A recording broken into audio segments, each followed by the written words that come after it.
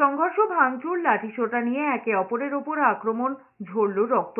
ষষ্ঠ দফায় জেলায় জেলায় বিক্ষিপ্ত অশান্তি। ষষ্ঠ দফায় ভোটের শুরুতেই ময়নার বাগচায় ইসমাইলীচক এলাকায় তৃণমূল বিজেপি সংঘর্ষে তৃণমূল কর্মী গুরুতর আহত হয়েছেন। রক্তাক্ত অবস্থায় তাকে হাসপাতালে ভর্তি করতে হয়। অন্যদিকে সিপিএম এর পোলিং এজেন্টকে অপহরণের অভিযোগ ওঠে হলদিয়ায়।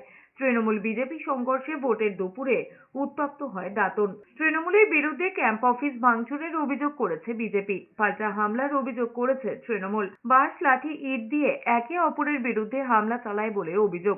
দাঁতন 2 ব্লকের সাবরা গন্ডগোল হলেও দেখা মেলেনি পুলিশ বা বাহিনীর, এমনটাই অভিযোগ। দুপক্ষের 7 জন আহত হয়েছেন বলে খবর।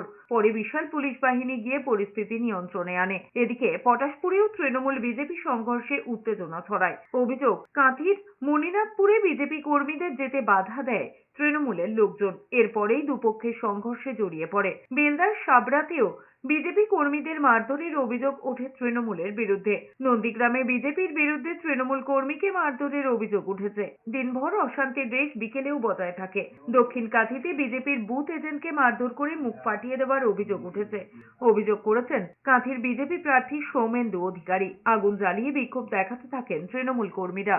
লোকসভা ভোটের ষষ্ঠ দফাতেও বিভিন্ন জায়গায় বিক্ষিপ্ত অশান্তির মধ্যেও মোট ভোট পড়েছে 77.99%। এমনটাই নির্বাচন কমিশন সূত্রে খবর।